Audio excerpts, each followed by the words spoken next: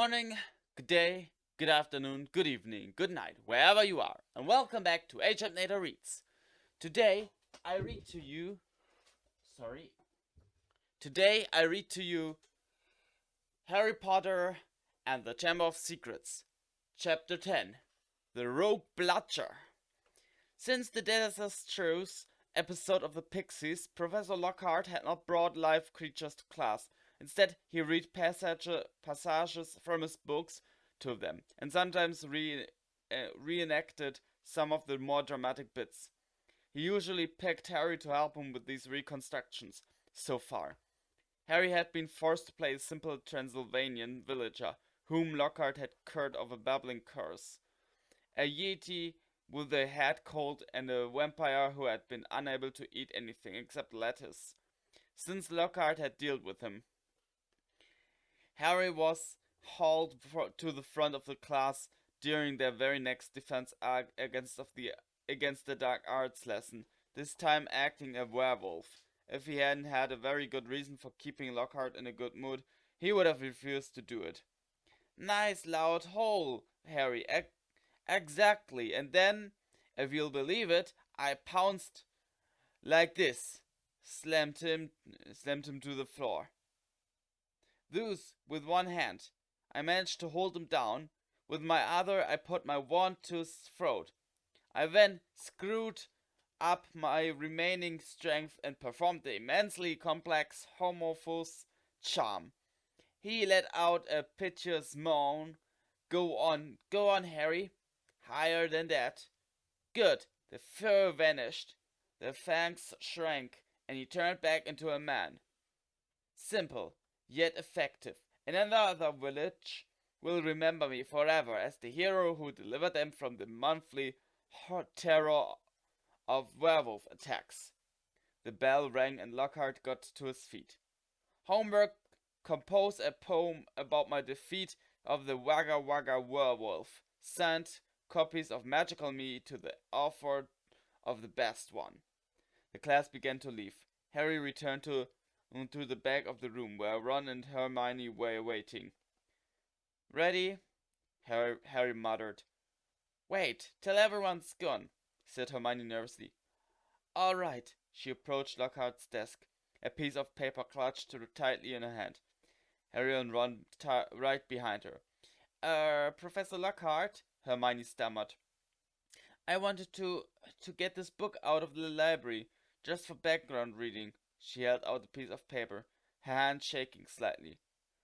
But the thing is, it's in the restricted section of the library, so I need a teacher to sign for it. I'm sure it would help me understand what you say in Getting with Ghouls about slow-acting venoms. Ah, Getting with Ghouls, said Lockhart, taking the note from Hermione and smiling widely at her. Possibly my very favorite book. You enjoyed it? Oh yes, said Hermione eagerly. So clever the way you trapped that last one with the tea strainer. Well, I'm sure no one will mind me giving the best student in the year a little extra help, said Lockhart warmly, and he pulled out an enormous peacock quill. Yes, nice, isn't it? He said, misreading the revolted look on Ron's face. I usually save it for book signings. He scrawled an enormous loopy signature on the note and handed it back to Hermione. So, Harry, said Lockhart, while Hermione folded the note with fumbling fingers and slipped it into her bag. Tomorrow is the first Quidditch match of the season. I believe Gryffindor against Slytherin, is it not? I hear you're a useful player. I was a seeker too. I was asked to try for the national squad, but prefer to dedicate my life to the eradication of the dark forces. Still, if ever you feel the need for a little private training, don't hesitate to ask. Always happy to pass on my expertise to less able players. Harry made an indistinct noise in his throat, and then hurried off after Ron and Hermione. I don't believe it, he said as the three of them examined the signature on the note. He didn't even look at the book we wanted. That's because he's a brainless git, said Ron. But who cares? We've got what we needed. He is not a brainless git, said Hermione shrilly, as they halfly ran towards the library. Just because he said you were the best student in the year. They dropped their voices as they entered the muffled stillness of the library. Madame Pince, the librarian, was a thin, irritable woman who looked like an underfed vulture. Moste potente potions, she repeated suspiciously, trying to take the note from Hermione, but Hermione wouldn't let go. I was wondering if I could keep it, she said breathlessly. Oh, come on, said Ron, wrenching it from her grasp and thrusting it at Madame Pince. We'll get you another autograph Lockhart'll sign. Anything if it stands still long enough.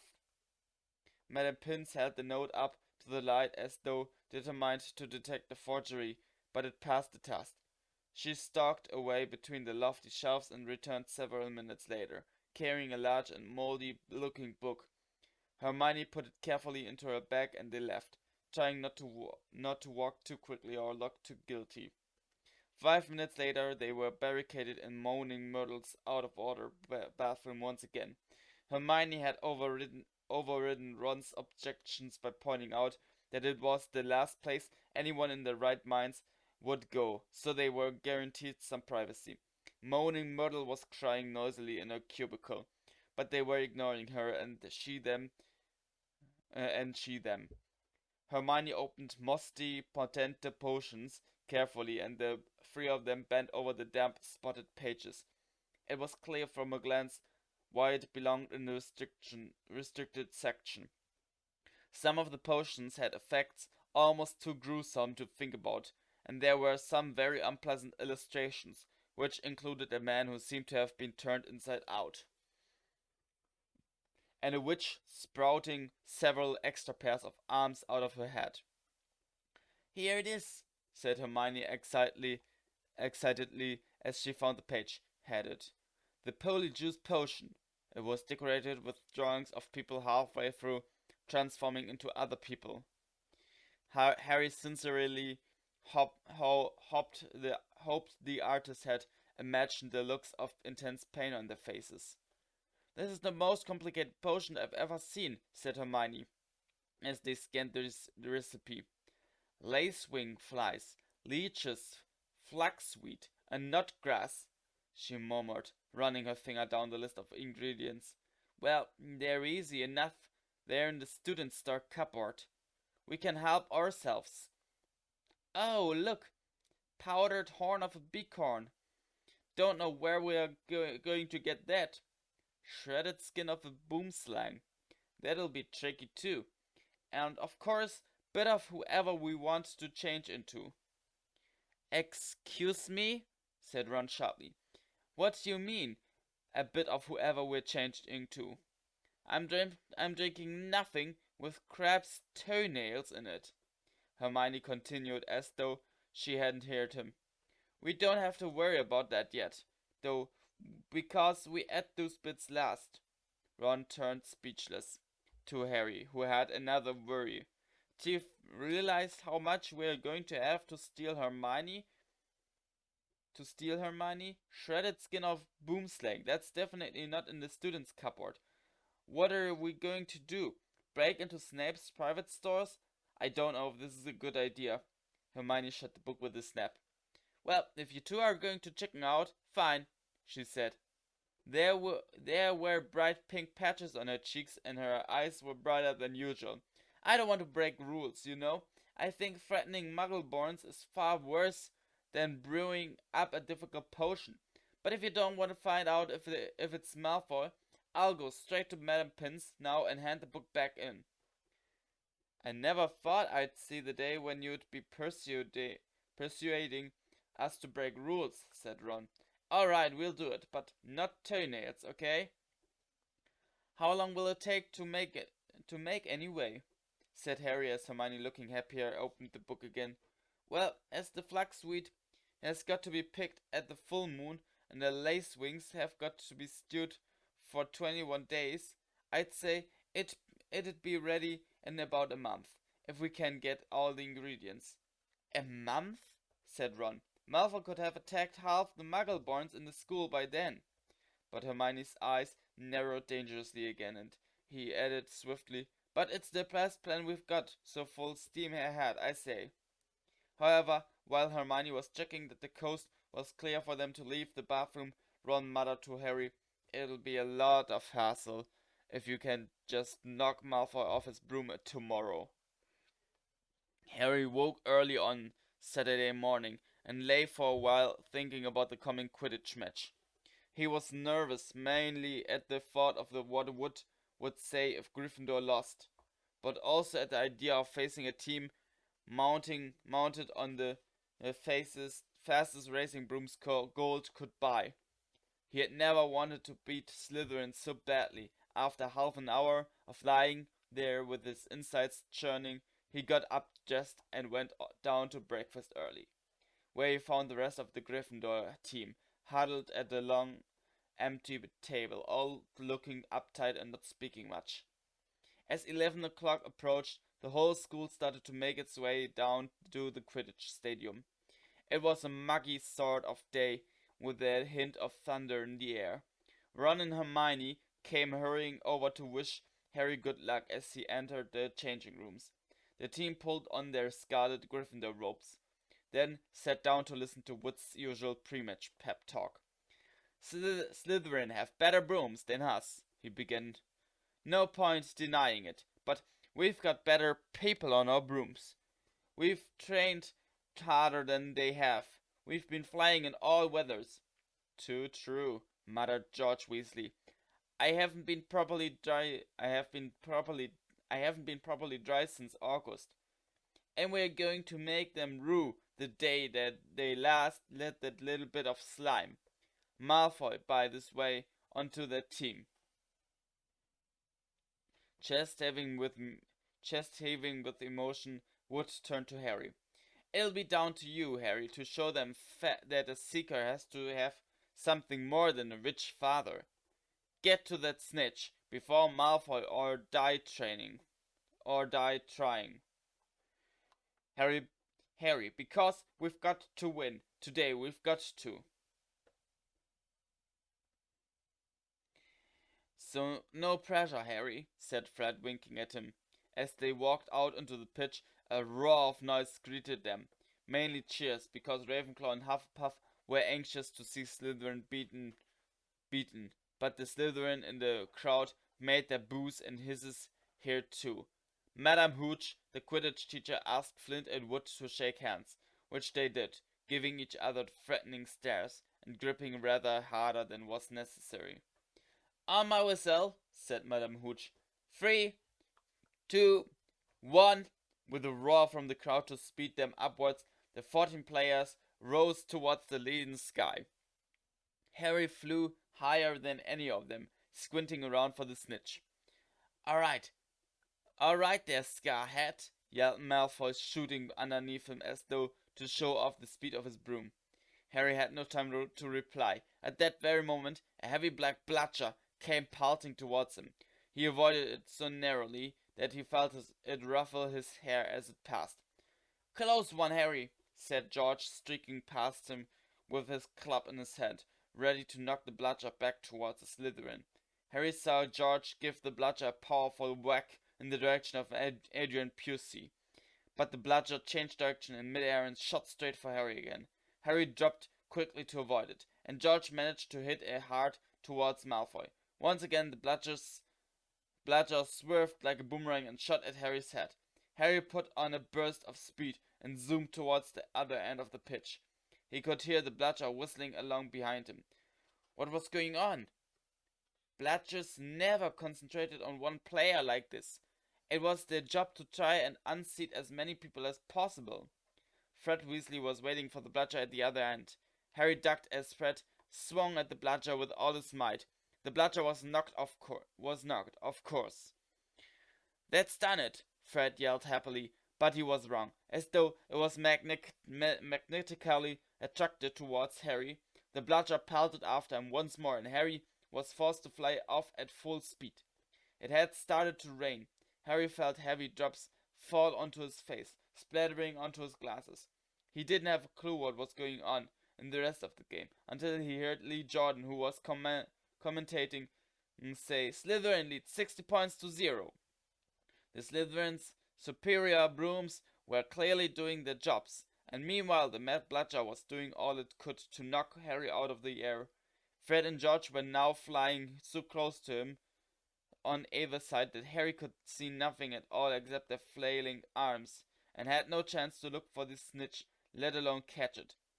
"Someone's tampered with this Bludger," Fred grunted, swinging his bat with all his might as it launched a new attack on Harry. "We need time out," said George, trying to signal to Wood and stop the Bludger, breaking Harry's nose at the same time.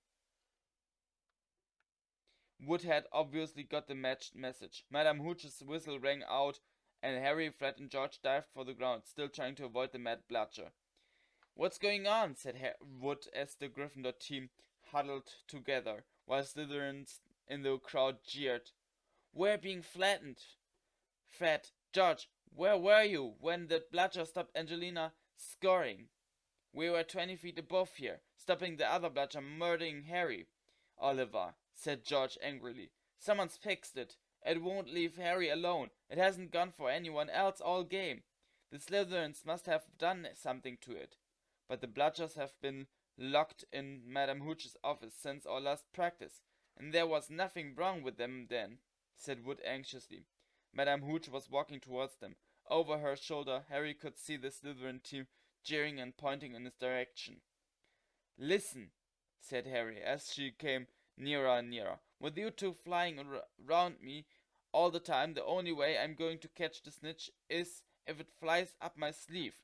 Go back to the rest of the team and let me deal with the rogue one." Don't be thick," said Fred. "It'll take your head off." Wood was looking from Harry to the Weasleys. "Oliver, this is mad," said Alicia Spinnet angrily. "You can't let Harry deal with that thing on his own. Let's ask for an inquiry." "If we stop now, we'll have to forfeit the match," said Harry. "And we're not losing to Slytherin, just because of a Mad Bludger. Come on, Oliver. Tell them to leave me alone." "This is all your fault," George said angrily to Wood. "Get the snitch or die trying." "What a stupid thing to tell him." Madame Hooch had joined them. "Ready to resume play?" she asked Wood. Wood looked at the determined look on Harry's face.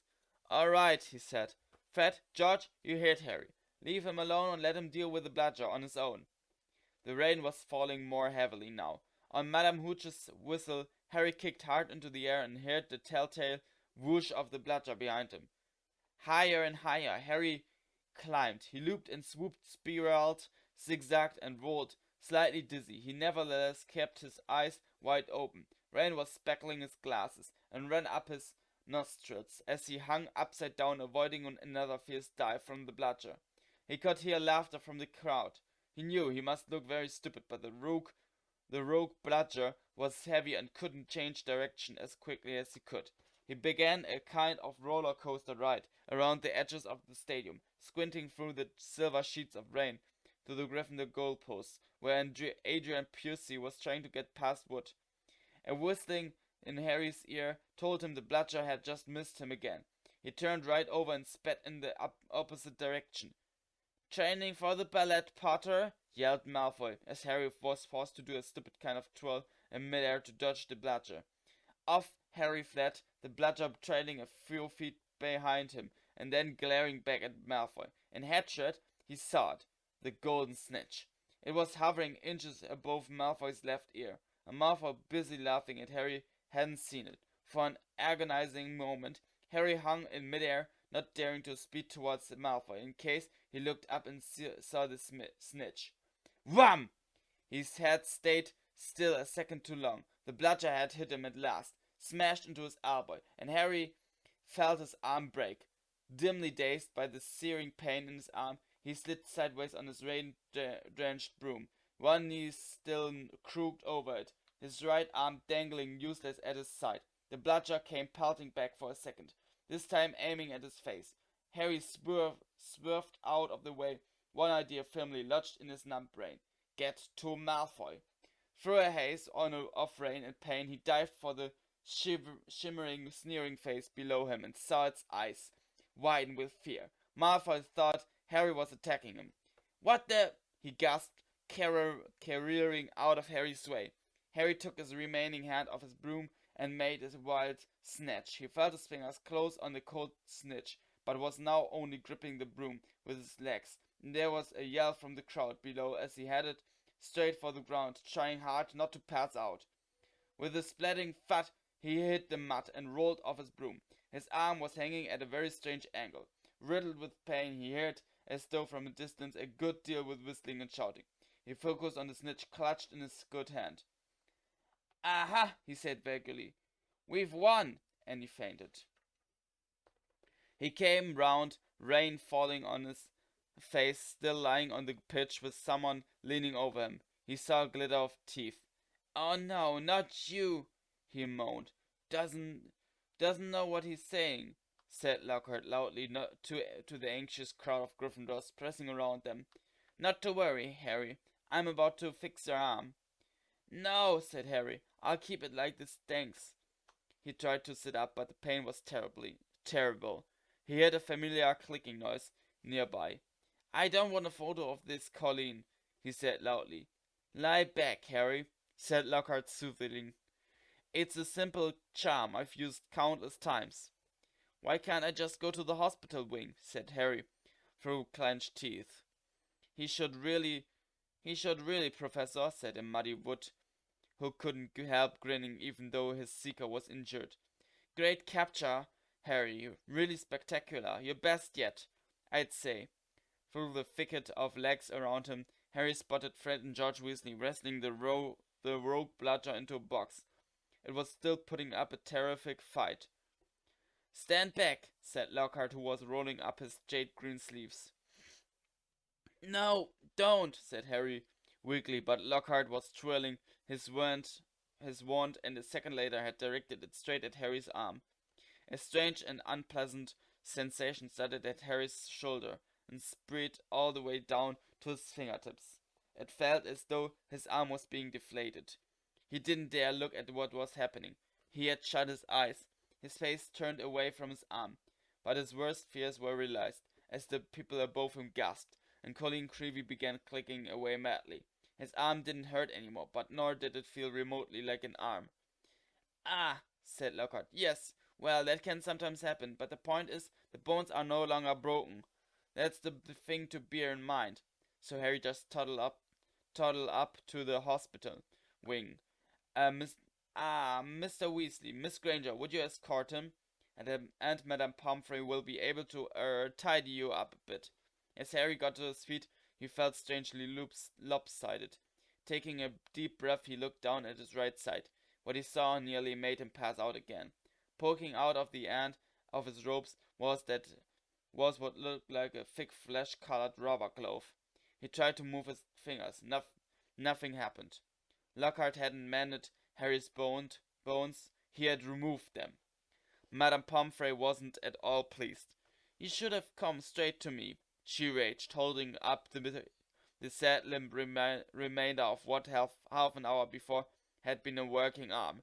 "I can mend bones in a second, but growing them back—" "You will be able to, won't you?" said Harry desperately. "I'll be able to, certainly, but it will be painful," said Madame Pomfrey grimly, throwing Harry a pair of pajamas. "You'll have to stay the night." Hermione waited outside the curtain drawn around Harry's bed, while Ron helped him into his pajamas. It took a while to stuff the rubbery, boneless arm into his sleeve. "How can you stick up for Lockhart now, Hermione, Ron called through the curtain as he pulled Harry's limp fingers through the cuff. If Harry had wanted deboning, he would have asked. "Anyone can make a mistake," said Hermione. "And it doesn't hurt anymore, does it, Harry?" "No," said Harry, "but it doesn't do anything else, either." As he swung himself onto the bed, his arm flapped pointlessly. Hermione and Madame Pomfrey came round the curtain. Madame Pomfrey was holding a large bottle of something labeled Scarecrow. You're in for a rough night." she said, peering out a steaming beaker full and handing it to him. Regrowing bones is a nasty business. So was taking the Scarecrow. It burned Harry's mouth and throat as it went down, making him cough and splutter. Still tut-tutting about dangerous sports and inept teachers, Madame Pomfrey retreated, leaving Ron and Hermione to help Harry gulp down some water. "We won, though," said Ron, a grin breaking across his face. "That was some catch you made." Malfoy's face. He looked ready to kill. "I want to know how he fixed that bludger," said Hermione darkly. "We can add that to the list of questions we'll ask him when we've taken the polyjuice potion," said Harry, sinking back onto his pillows. "I hope it tastes better than this stuff." "If it's got bits of Slytherins in it, you've got to be joking," said Ron. The door of the hospital wing burst open at that moment. Filthy and soaking wet, the rest of the Gryffindor team had arrived to see Harry. "Unbelievable flying, Harry," said George. "I've just seen Marcus Flint yelling at Malfoy. Something about having the snitch on top of his head and not noticing. Malfoy didn't seem too happy." They had brought cakes, sweets, and bottles of pumpkin juice. They gathered around Harry's bed and were just getting started on what promised to be a good party when Madame Pomfrey came storming over, shouting, "This boy needs rest. He's got 33 bones to regrow. Out! Out!" And Harry was left alone with nothing to distract him from the stabbing pains in his limp arm. Hours and hours later, Harry woke quite suddenly in the pitch blackness and gave a small yelp of pain. His arm now felt full of large splinters. For a second he thought it was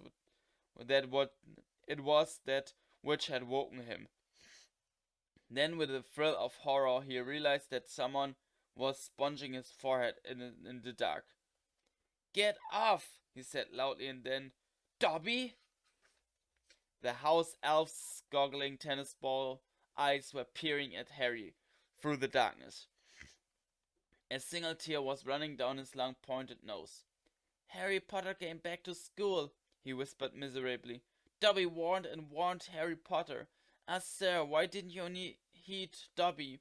Why didn't Harry Potter go back home when he missed the train?" Harry heaved himself up on his pillow and pushed Dobby's sponge away. "What are you doing here?" he said. "And how did you know I missed the train?" Dobby's lip trembled and Harry was seized by his sudden suspicion. "It was you," he said slowly. "You stopped the barrier letting us through." "Indeed, yes, sir," said Dobby, nodding his head vigorously, ears flapping. Dobby hid and watched for Harry Potter and sealed the gateway, and Dobby had to iron his hands afterwards. He showed Harry 10 long bandaged fingers, but Dobby didn't care, sir, for he thought Harry Potter was safe, and never did Dobby dream that Harry Potter would get to school another way. He was rocking backwards and forwards, shaking his ugly head. Dobby was so shocked when he heard Harry Potter was back at Hogwarts. He let his master's dinner bun burn. Such a flogging Dobby never had, sir. Harry slumped back into his pillows. "You nearly got Ron and me expelled," he said fiercely. "You'd better clear off before my bones come back, Dobby, or I might strangle you." Dobby smiled weakly. "Dobby is used to death threats, sir. Dobby gets them 5 times a day at home." He blew his nose on the corner of the filthy pillowcase. He were looking so pathetic that Harry felt his anger ebb away in spite of himself. Why'd you wear that thing, Dobby?" he asked curiously. "This, sir," said Dobby, plucking at the pillowcase. "'Tis a mark of the house elves' enslavement, Sir Dobby. Sir, Dobby can only be freed if his masters present him with clothes, sir. The family is careful not to pass Dobby even a sock, sir, for then he would be free to leave the house forever." Dobby mopped his bulging eyes and said suddenly, "Harry Potter must go home. Dobby thought his Bludger would be enough to make." "Your Bludger," said Harry, anger rising once more. "What do you mean, you're a Bludger? You made that Bludger try and kill me?" "Not kill you, sir. Never kill you," said Dobby, shocked. "Dobby wants to save Harry Potter's life. Better sent home grievously injured than remain here, sir. Dobby only wanted Harry Potter hurt enough to be sent home." "Oh, is that all?" said Harry angrily. "I don't suppose you're going to tell me why you wanted me sent home in pieces." "Ah, if Potter only knew," Dobby groaned, more tears dripping onto his wrecked pillowcase. "If he knew what he means to us, to the lowly, the enslaved, us dregs of the magical world. Dobby remembers how it was when he who must not be named was at the height of his powers, sir. We house elves were treated like vermin, sir. Of course, Dobby is still treated like that, sir," he admitted, drying his face on the pillowcase. "But mostly, sir, life has improved for my kind since you triumphed over he who must not be named. Harry Potter survived, and the Dark Lord's power was broken, and was a new dawn, sir, and Harry Potter shone like a beacon of hope for those of us who thought the dark days would never end, sir. And now, at Hogwarts, terrible things are perhaps happening already, and Dobby cannot let Harry Potter stay here. Now that history is to repeat itself. Now that the Chamber of Secrets is open once more." Dobby froze horror-struck, then grabbed Harry's water jug from his bedside table and cracked it over his own head, toppling out of sight.